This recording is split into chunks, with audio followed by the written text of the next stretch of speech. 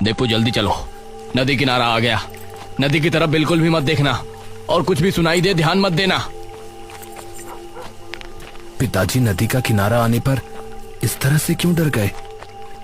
ये दोनों नदी किनारे से गुजर रहे थे, तभी पानी की आवाज आने लगी, जिसे सुनकर पिता ठिठक सा गया, लेकिन उसने नदी की तरफ नहीं देखा। तभी दीपू ने नदी की तरफ देखा। एक नाव किनारे की तरफ आ रही थी। उस नाव पर कौन बैठा था ये नजर नहीं आ रहा था। जैसे जैसे वे किनारे पर आई तो दीपू ने देखा वो एक औरत थी जिसका आधा चेहरा घूंघट से ढका हुआ था। किनारे पर आकर वो रुक गई और हाथ के इशारे से दीपू को बुलाने लगी। पिताजी, वो हमें बुला रही है। ये सुनकर पिता बुरी तरह डर गया। मैंने कहा था ना, उसकी तरफ मत देखो, अब भागो जल्दी से। ये दोनों अब वहां से तेज तेज भागने लगे और वो नाव वाली औरत वहीं खड़ी रह गई।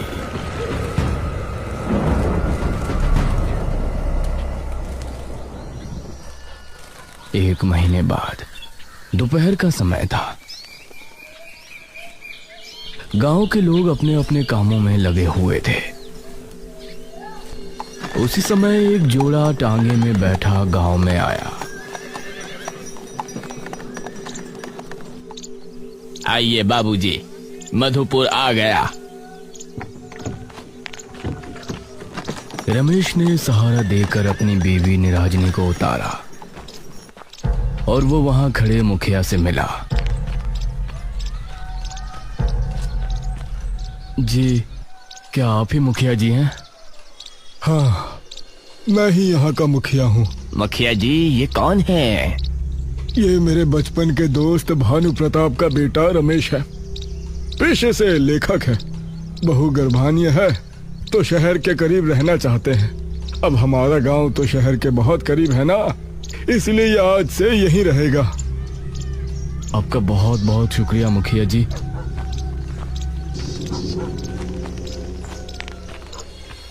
रमेश और निराजनी एक घर में रहने लगे जो नदी के करीब ही था। रमेश एक अच्छी सी कहानी लिखना चाहता था और अपनी नई कहानी शुरू करने की तैयारी में था। रात के 10 बजे मोहिनी और मोहित हाथ थामे टहल रहे थे। मोहित, तुम हमारे रिश्ते की बात अपने बाबूजी से कब कर रहे हो? अरे करेंगे भाई, अभी पहले बलवीर भैया की शादी तो होने दो, वरना बाबूजी कहेंगे बड़े की शादी नहीं हुई और छोटा फुदक रहा है। नदी किनारे अजीब सी शांति छाई हुई थी। चलती हवाएं माहौल को सुहाना बना रही थी। ये दोनों भी बातें करते करते नदी किनारे पहुंच चुके थे। कितना सुहाना मौसम है ना? हाँ, नदी भी कितनी खूबसूरत लग रही है। दोनों नदी किनारे बैठकर बातें करने लगे। कितना अच्छा होता कि कोई माझी होता तो हम दोनों उसकी नाव में नदी की सैर कर सकते। हाँ, बहुत अजीब बात है कि हमारी नदी में माझी क्यों नहीं आते, वरना मन तो मेरा भी बहुत करता है। तभी पानी की कलकल की आवाज आनी शुरू हुई। दोनों को सामने से वही नाव आती नजर आई जिसके अंदर घूंघट वाली माझी बैठी थी।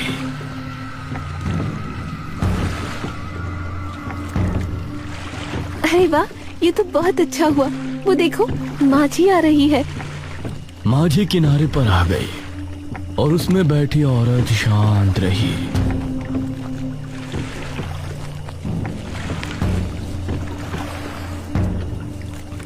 काकी, क्या आप हमें नदी की सैर करा लाएंगी? इस पर उसने हाँ में सिर हिलाया। अरे वाह, चलो। दोनों एक एक करके उसकी नाव में बैठ गए और फिर उस औरत ने नाव चलाना शुरू किया। धीरे धीरे नाव आगे बढ़ रही थी। पानी की आवाज बहुत ही मधुर लग रही थी और ये दोनों बहुत खुश थे। मोहिनी ने पानी हाथ में उठाकर मोहित पर फेंका। ये लो। अरे तो मोहित ने भी वही क्रिया दोहराई और फिर दोनों हंसने लगे। नाव अब नदी के बीचों बीच थी और वो माझी बिल्कुल चुपचाप नाव चला रही थी। ये कुछ बोल क्यों नहीं रही है? जी क्या आप सच में कोई माझी है या फिर आप भी हमारी तरह शहर को निकली हैं? ये सुनकर वो औरत तेज तेज चप्पू चलाने लगी। नाव की रफ्तार बढ़ गई और ये दोनों शांत भाव से उसको देखने लगे। तभी हवा चली और उसके चेहरे से घूंघट हट गया। उसकी चाल, चमकती आंखें और भयानक चेहरा जैसे ही इन दोनों ने देखा तो इनके डर का ठिकाना नहीं रहा। मोहिनी उसका चेहरा देख सहम गई और बेहोश हो गई।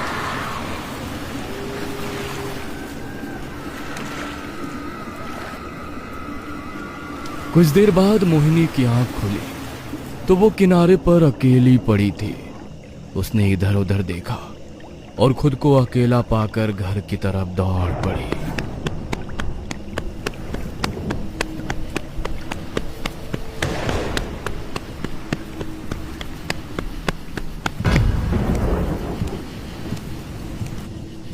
मोहिनी, अरे तुम कहाँ गई थी और कहाँ से आ रही हो इतनी रात में? मोहिनी बहुत डर में थी लेकिन अपने पिता को मोहित के बारे में बता नहीं सकती थी, इसीलिए वो चुप ही रही और उसके पिता ने उसे घर के अंदर भेज दिया।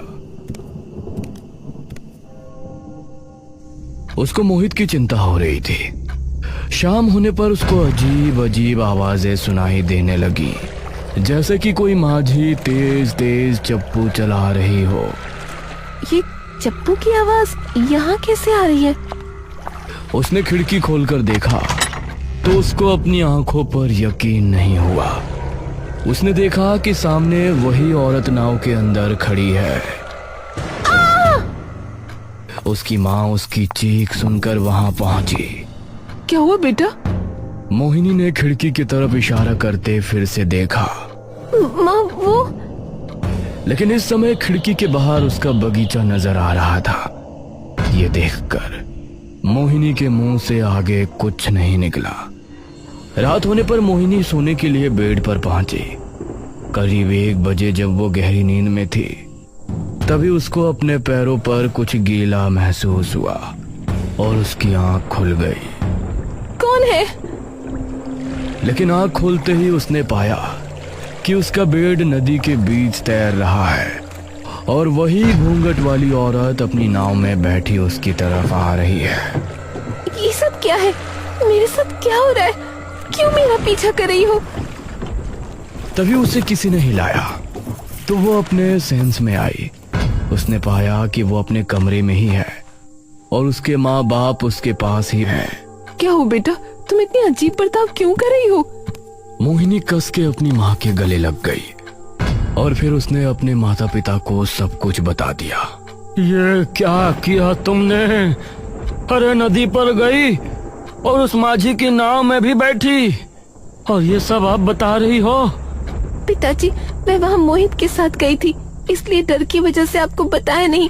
आप उसे पसंद कहाँ करते हैं? ये सुनकर मोहिनी के पिता ने उसकी माँ की तरफ देखा और मोहिनी को आश्वासन दिया।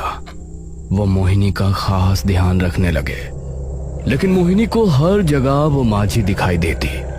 मोहिनी ऐसे में मोहित को बहुत याद कर रही थी और इससे तंग आकर उसने फैसला किया कि वो उस औरत से जाकर मिलेगी और मोहित से उसके बारे में पता करेगी। रात 12 बजे वो नदी पर पहुंची तो सामने उसको नदी किनारे वही औरत खड़ी नजर आई। तुम क्यों मेरे पीछे पड़ी हो? और मेरा मोहित कहाँ है? क्या किया तुमने उसके साथ?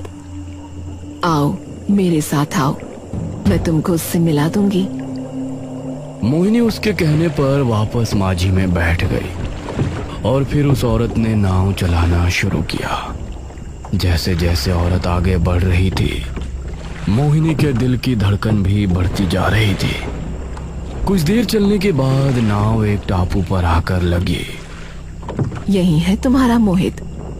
क्या तुमने मोहित को इस टापू पर छोड़ा है? यह सुनकर उस औरत ने हाँ में सिर हिलाया। मोहिनी उसकी नाव से उतरी और आगे बढ़ गई। टापू बहुत सुनसान था और वीरान भी। मोहिनी एक डर के साथ आगे कदम बढ़ा रही थी। ये मुझे यहाँ क्यों छोड़ गई? मोहित, मोहित क्या तुम यहाँ हो? वो बार बार आवाज लगाती, लेकिन उसे कोई जवाब सुनाई नहीं दे रहा था। तभी अचानक उसका पैर किसी चीज से टकराया और वो जमीन पर गिर गई। उसने पाया कि मोहित जमीन पर मृत हालत में पड़ा है।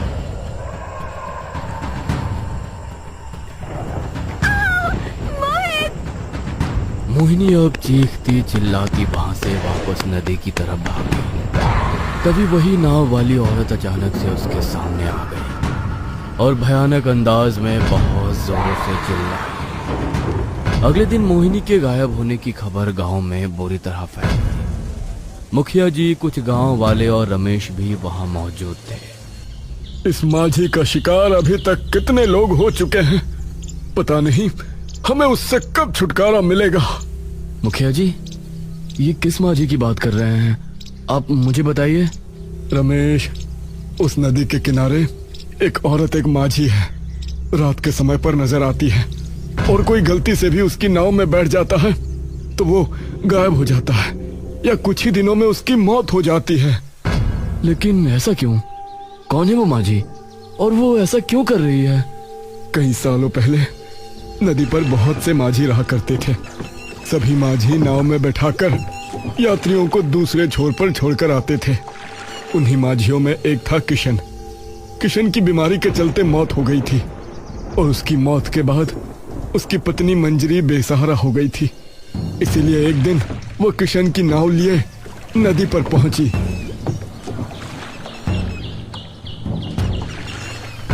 ये क्या कर रही है मंजरी? तू इस नदी में माझी नहीं बन सकती। इस पर सिर्फ हम मर्द अपनी नाव चलाते हैं। औरत का काम करना गांव का और हम मर्दों का अपमान है। मुझे इस समय धन की जरूरत है और ये मेरे पति की नाव है, मैं इसे क्यों नहीं चला सकती? बावली हो गई है क्या? तने पता ना कि औरत का काम करना ठीक ना से उसे गैर मर्द गंदी नजरों से देखे से। हाँ, अगर मर्द गंदी नजरों से देखते हैं तो उनको अपनी नजर ठीक करनी चाहिए, उसमें मेरी कोई गलती नहीं। रही बात काम करने की, तो मैं भीख मांगकर अपना घर नहीं चलाने वाली। मैं इस नदी में भी अपनी नाव चलाने की हकदार हूँ और मैं भी एक माझी बन सकती हूँ। ये सुनकर बाकी सभी माझी अपने दांत भींचने लगे। सभी ने मिलकर योजना बनाई और जो भी यात्री नदी किनारे आता वो मंजरी की नाव में उसे बैठने ना देते। आइए भाई साहब, आपको उस पार जाना है, मैं छोड़ दूंगी, सिर्फ 4 आने में।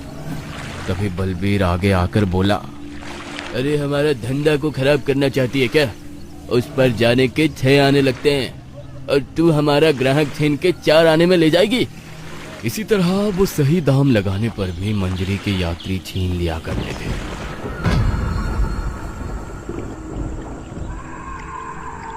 एक रात मंजरी अपनी नाव में सवार नदी किनारे बैठी थी और उसी समय एक माझी अपनी नाव के साथ वहां मौजूद था, जिसने अपना चेहरा गमछे से छिपाया हुआ था।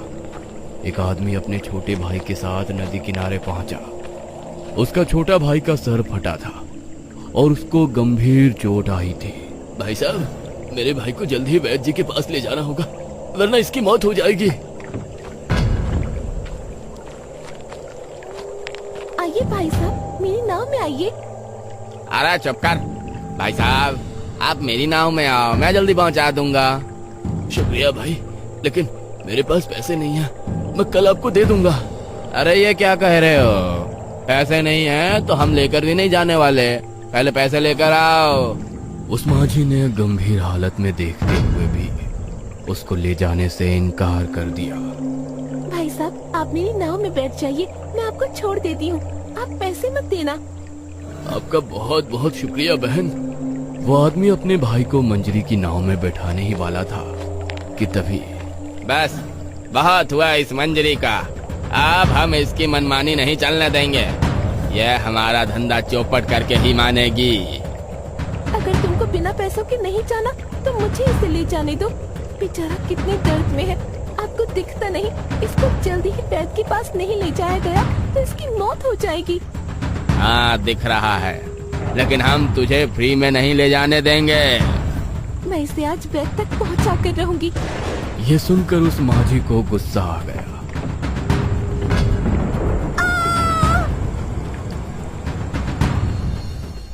ये तो बहुत बुरा हुआ मुखिया जी, फिर आगे क्या हुआ? अगली रात से मंजरी अपनी नावों के साथ नदी किनारे नजर आने लगी और उसने सभी माझियों के दिल में डर का माहौल बना दिया। माझियों को वो अपनी कहानी बताती और उन पर जानलेवा हमला भी करती। इसलिए सभी माझियों ने नदी में नाव चलाना छोड़ दिया। रोजाना रात के समय सिर्फ मंजरी की नाव ही नदी में नजर आती और वो जो भी उसकी नाव में बैठ जाता वो या तो नाव गायब हो जाता या फिर मर जाता। रमेश को मंजरी की दास्तान बहुत दुख भरी लगी। वो एक लेखक था, इसीलिए वो मंजरी के बारे में बहुत ज्यादा सोचने लगा और उसी के बारे में उसने लिखना भी शुरू किया। कुछ दिन ऐसे ही गुजर गए। एक रात निराजिनी को लेबर पेन शुरू हुआ। जल्दी से वैद्य को बुला कर लाइए। मैं अभी किसी को बुला कर लाता हूँ।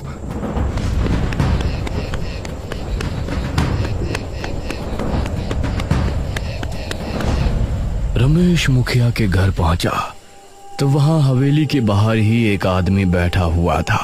बिरजू काका, वो मुखिया जी कहाँ हैं? बेटा, मुखिया जी तो किसी काम से पास ही के गांव गए हैं, 2 दिनों में वापस आएंगे। मुझे मदद की बहुत जरूरत है। निराजिनी को दर्द शुरू हो गया है। मुझे इस समय किसी वैद्य के पास जाना होगा जिसके पास दाई माँ भी हो। बेटा, गांव में कोई वैद्य या दाई माँ नहीं है। तुमको महीनपुर गांव में ही वैद्य जी और दाई माँ मिल सकती है, लेकिन वहां जाने के लिए अभी तुमको कोई टांगा नहीं मिलेगा और नदी के जरिए तुम वहां जा नहीं सकते। सुबह से टांगे चलना शुरू होंगे तो तभी कुछ हो सकता है। नहीं, सुबह तक भला मैं कैसे रुक सकता हूँ? मेरी बीवी कभी भी माँ बन सकती है। बेटा, रुकना तो पड़ेगा। बताओ कैसे जाओगे? मुझे नहीं लगता कि इस समय कोई टांगे वाला तुमको वहां मिलेगा।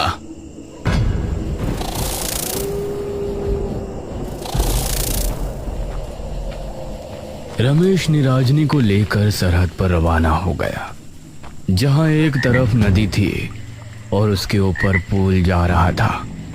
उसने देखा कि पुल काफी ऊंचाई पर है और वहां कोई भी टांगा नहीं है। क्या करूं? अब तुमको कैसे लेकर जाऊं मैं? तभी नाव के पतवार और चप्पू की आवाज सुनाई दी। उसने देखा कि नदी किनारे नाव लेकर मंजरी आ रही है। उसे देखकर एक पल को रमेश संट रह गया, लेकिन तभी निराजिनी। रमेश को अब कुछ समझ नहीं आया और उसने निराजिनी को उठाया। संभल कर निराजिनी।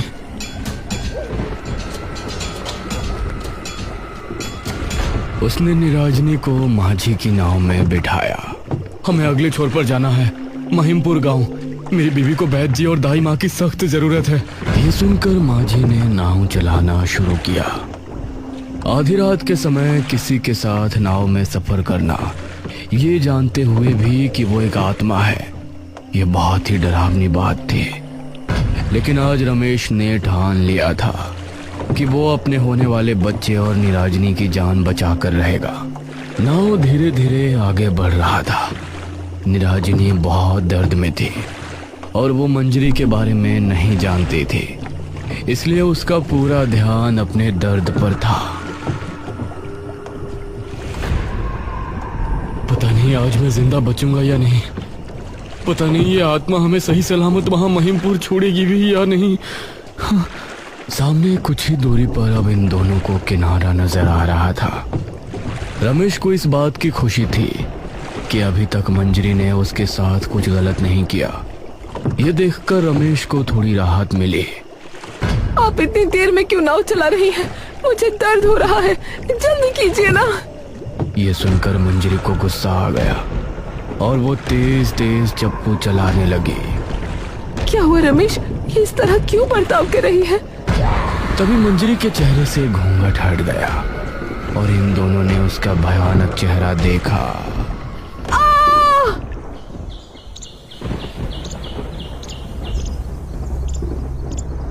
अगले दिन गांव में मातम सा माहौल छा गया। सभी लोग रमेश और निराजनी के बारे में अफसोस जता रहे थे। काका, तुमने रमेश को रात में नदी पर क्यों जाने दिया?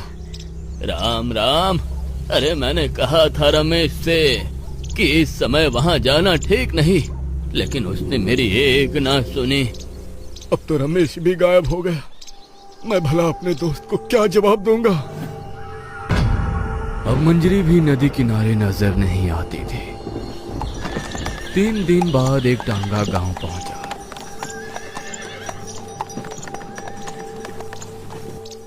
जिसके अंदर से रमेश और निराजनी को उतरता देख सभी हैरान रह गए। अरे रमेश, तुम जिंदा कैसे बच गए?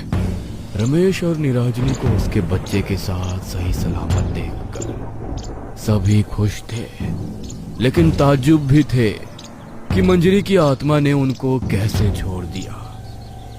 मुखिया जी, मैं एक लेखक हूं और मैं जानता हूं कि हर आत्मा तब तक ही भटकती है जब तक उसकी आखिरी ख्वाहिश पूरी नहीं हो जाती। मंजरी की आखिरी ख्वाहिश थी उस आदमी को वैद के पास छोड़कर आना, और जब मैं निराजनी को लेकर उसकी नाव पर पहुंचा तो उसको निराजनी में वही इंसान दिखाई दिया। उसने हमें उस पार पहुंचाया और इस तरफ उसकी आखिरी ख्वाहिश पूरी हो गई। अब मंजरी नदी पर कभी नजर नहीं आएगी। यह सुनकर सभी गांव के लोग खुश हुए और गांव का एक आदमी बलबीर भी बहुत खुश था।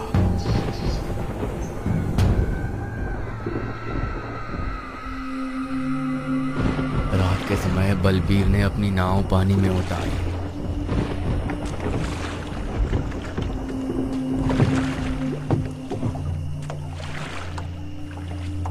उस मंजरी को मारने के बाद इतने सालों बाद नदी में नाव उतारी है। आज तो पूरी रात नदी में घूमता रहूंगा। बलबीर तेज तेज चप्पू चलाने लगा और नाव आगे बढ़ने लगी। तभी सामने से उसको मंजरी की नाव आती नजर आई और उसके चेहरे से हंसी गायब हो गई, खौफ में बदल गई। तू वापस कैसे आ गई? मुझे मारने वाला तो तू ही था ना बलबीर। तुझे मारे बिना भला मेरी आत्मा को शांति कैसे मिल सकती थी? ये कहकर मंजरी उस पर टूट पड़ी और बलबीर अपनी नाव समेत पानी के अंदर समा गया।